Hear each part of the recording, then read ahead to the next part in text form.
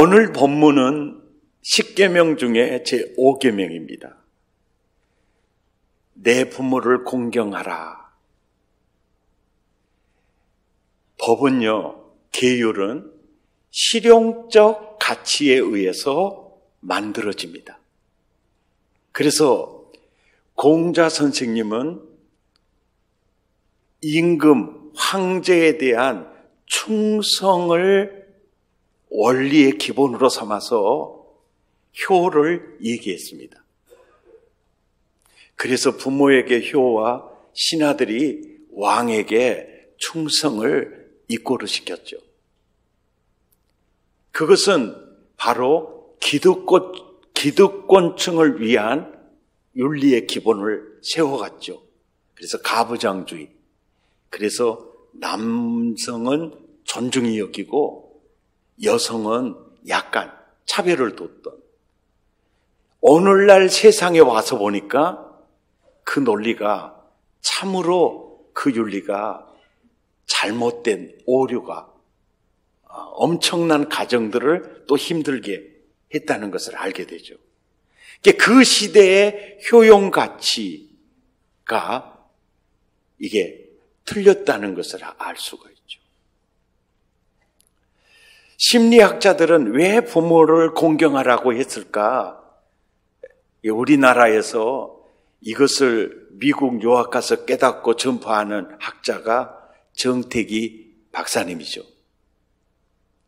그는 신안 정도에서 태어나서 아버지가 다른 여자와 다른 섬에서 살림을 차리고 살았고, 가을이 되면 그 솥을 이제 가져가려고 오는데 그 못된 아버지라도 엄마는 보약을 다리고 있었죠.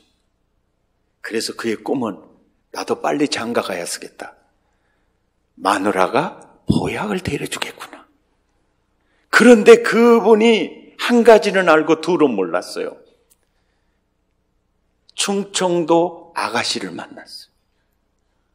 충청도 문화는 찬바람이 일면 아버지가 엄마를 위해서 보약을 데려드려요. 그래서 정택이 목사님 사모님은 아무리 기다려도 이 왼수가 보약을 안 데리고, 정택이 목사님은 이 왼수가 보약을 안 데려. 그 관계가 얼마나 나빴던지 목사가 이혼은 할 수 없고 이혼에 준한 걸 선택했죠. 그래서 유학의 길을 떠나가서 7년 동안 사모님에게 편지 한 장 보내지 않았죠.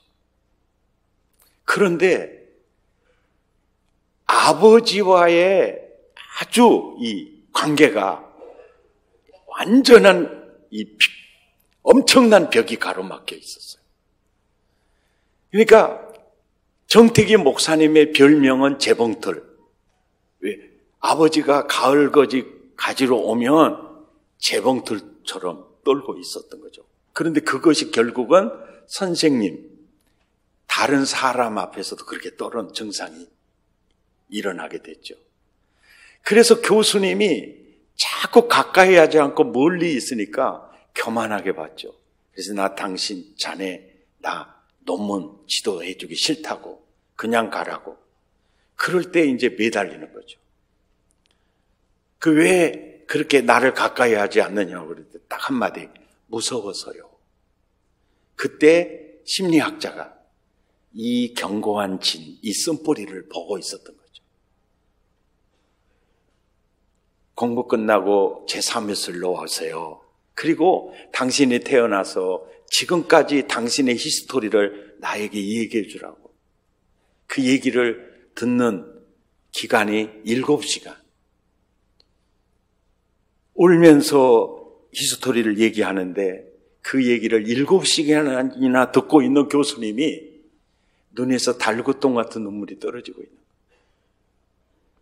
그러면서 그때 하는 말, 이 세상의 부모는 자기 자식을 사랑하지 않는 부모는 없다. 그 부모가, 그 아버지가 당신을 정말 사랑해서 액션, 사랑, 그 마음의 사랑이 분출된 행동이 있을 거다. 그것을 찾아오면 내가 논문 지도해 주겠다. 일주일 만에 그걸 찾잖아요.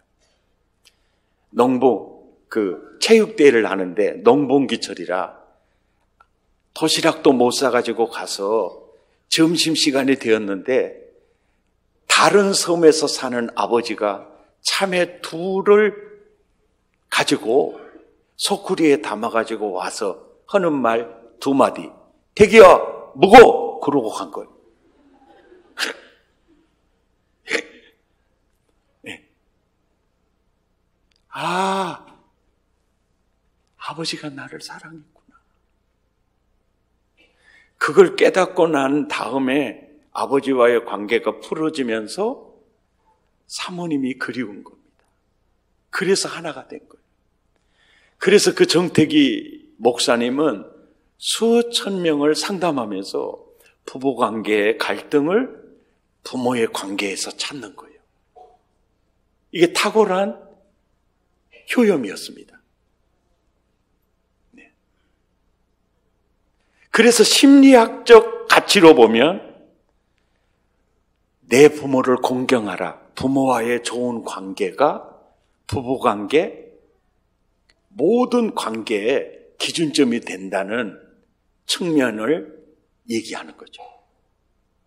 그러니까 심리학적 효용 가치 측면에서도 부모 공경은 너무 중요한 요소였어요. 이것 때문에 하나님이 내 부모를 공경하라고 하셨을까요? 효용 가치 때문에? 저는 그 차원을 뛰어넘는 저는 이유가 있다고 생각합니다. 출애굽기 20장 12절 오늘 본문을 보면은요, 공경하라라는 이 히브리어 단어가 카버드라는 단어입니다. 무겁다라는 단어예요. 이게 공경이라는 말은 내 부모를 무겁게 여기라. 무겁게 여기면 이게 하나님이 설득을 하고 있어요. 네가 장수하고 내 생명이 길리라. 이 구절을 자세히 보면요, 하나님이 내 부모를 공경하라 그러면서 그리하면 네가 장수하고 네 생명이 길리라 설득을 하고 있는 걸 볼 수 있어요. 그렇다면 부모 공경이 굉장히 중요하다는 거죠. 여기서 길리라라는 말은 수치적 양을 생각을 하지만 생명이 기는데 식물 인간으로 20년을 사는 게 무슨 의미가 있어요? 그래서 여기서 길리라라는 이 말은 질을 포함하고 있죠. 웰빙 속에 수치적으로 길리라. 그러면서 지금 하나님이 설득을 하고 있어요. 내 부모를 공경하라. 그러면서 설득하는 거예요. 그리하면 이렇게 될 거야. 그래서 이 구절 속에 하나님의 아주 따뜻한 마음이 느껴지는 계명입니다. 잠언 23장 22절에는요. 무겁게 여기라 공경이라는 또 다른 표현이 너를 낳은 아비에게 청종하고 늙은 어미를 경히 여기지 마라. 네, 부모가 경제력이 있으면요. 자동적으로 부모 무겁게 여깁니다. 맞죠? 그런데 노동력이 상실되고 경제력이 없어지는 늙은 어미 대부분 가볍게 여길 수 있죠. 이 성경이 그렇게 정교해요.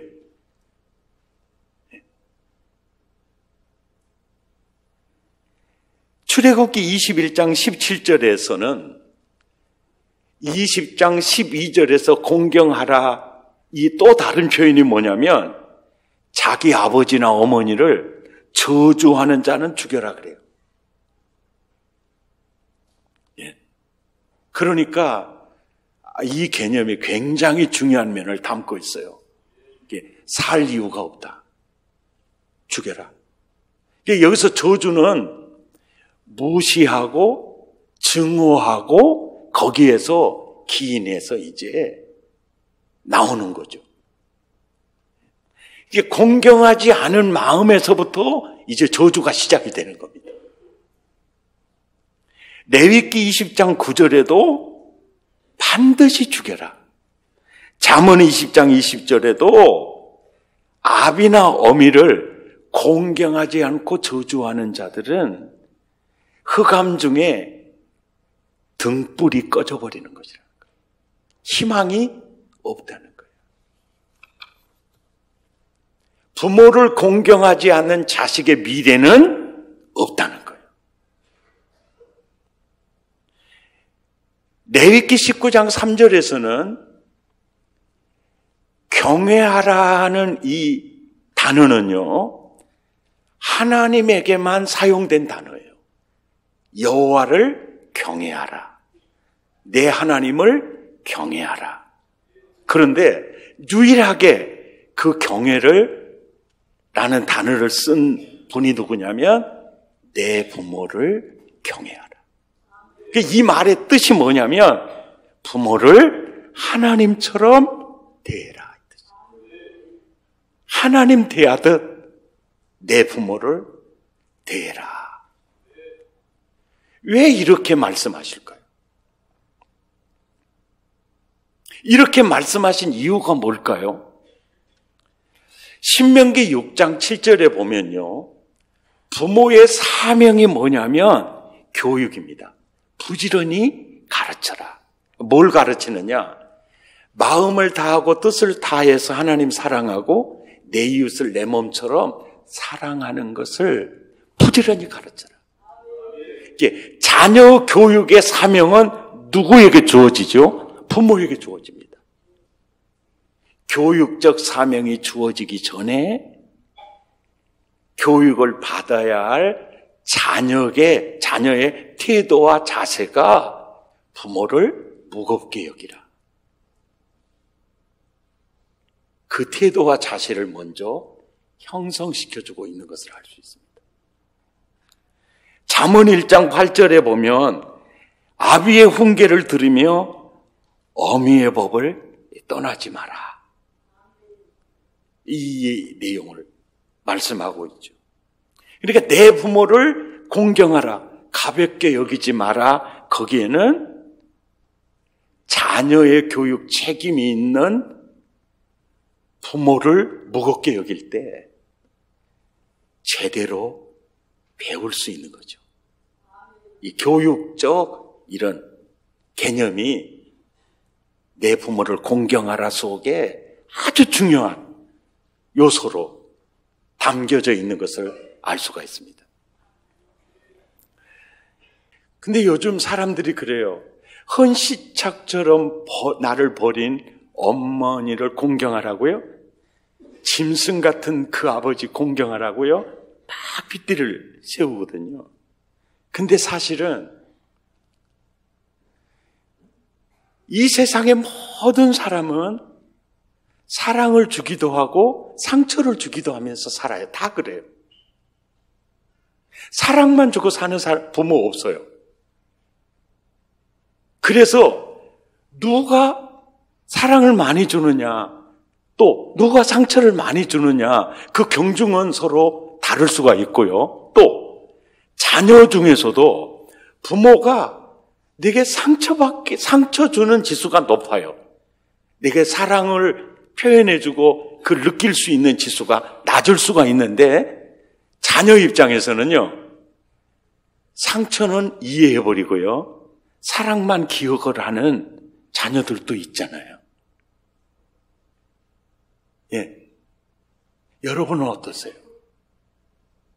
무엇을 생각하느냐? 근데 저 같은 경우에는요, 아버지가 없이 사는 것 때문에 피난살이도 해야 되고, 신문 배달을 하고, 여름에는 아이스케이크 장사를 하면서 이렇게 살아왔어요. 근데 그게 아버지가 나에게 주는 엄청난 선물이기도 했어요.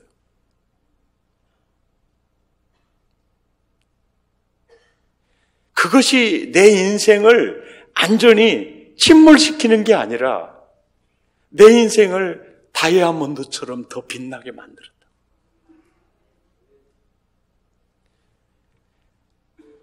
교육비, 양육비 아무 걱정 없이 공급해주는 그 부모에도 은혜죠. 그런데 내가 알바하지 않으면 안 돼. 어떤 내가 서러움 속에서 살 수 있었다는 것도 생각해 보면요, 나에게 주는 은사예요. 그게 나를 침몰시키는 게 아닙니다.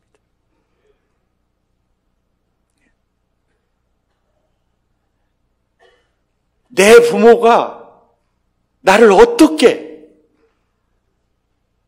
했든지 간에 그건 부모 일입니다.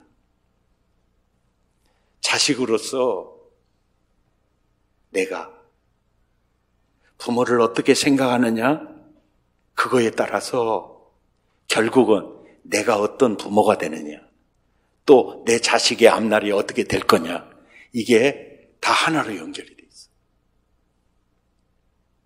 내 부모를 공경하라, 가볍게 여기지 마라, 이 말 속에 사실 부모는, 따라서 합시다, 하나님과 함께한 창조자, 양육자, 교육자. 맞아요. 부모와 함께 하나님이 나를 낳으셨어요. 부모와 함께 하나님이 나를 기르셨습니다. 그런데 놀라운 것은 부모를 공경할 때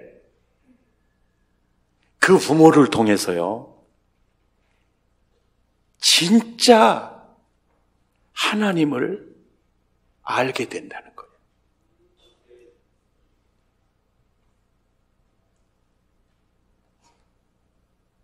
저는 아버지가 자식을 어떻게 기르는지, 남편으로서 아내를 어떻게 사랑하는지 한 번도 그 아버지는 나에게 보여주는 적이 없었어요. 그런데 그리스도께서 신부된 교회를 사랑한 것 같이 남편들아 아내를 사랑해라. 그 말씀 속에서 신랑 되신 예수님이 신부된 교회를 어떻게 사랑하는 그 모습을 보고 남편으로서 아내를 어떻게 사랑해야 될지를 배웠습니다. 아버지가 아들을 어떻게 사랑하는지 보살펴 가는지 한 번도 본 적은 없었는데, 성경을 통해서 하나님이 나를 어떻게 길러 가시는지를 보면서 내 자식을 이렇게 길러 가야 되겠다. 하나님 아버지를 통해서 육신의 아버지의 역할을 배우게 됐죠. 그리고 홀어머니, 그 희생하시고 헌신하신 그 어머니를 사랑하고 존경하면서 공경하면서 제가 배운 것이 하나님 마음을요. 하나님의 마음을 성경을 통해서도 하나님 마음을 많이 배울 수 있지만 진짜 어머니를 통해서 절절히 체험하고 느끼는 겁니다. 그래서 내 부모를 공경하라. 그럴 때 하나님을 알게 되는 거예요.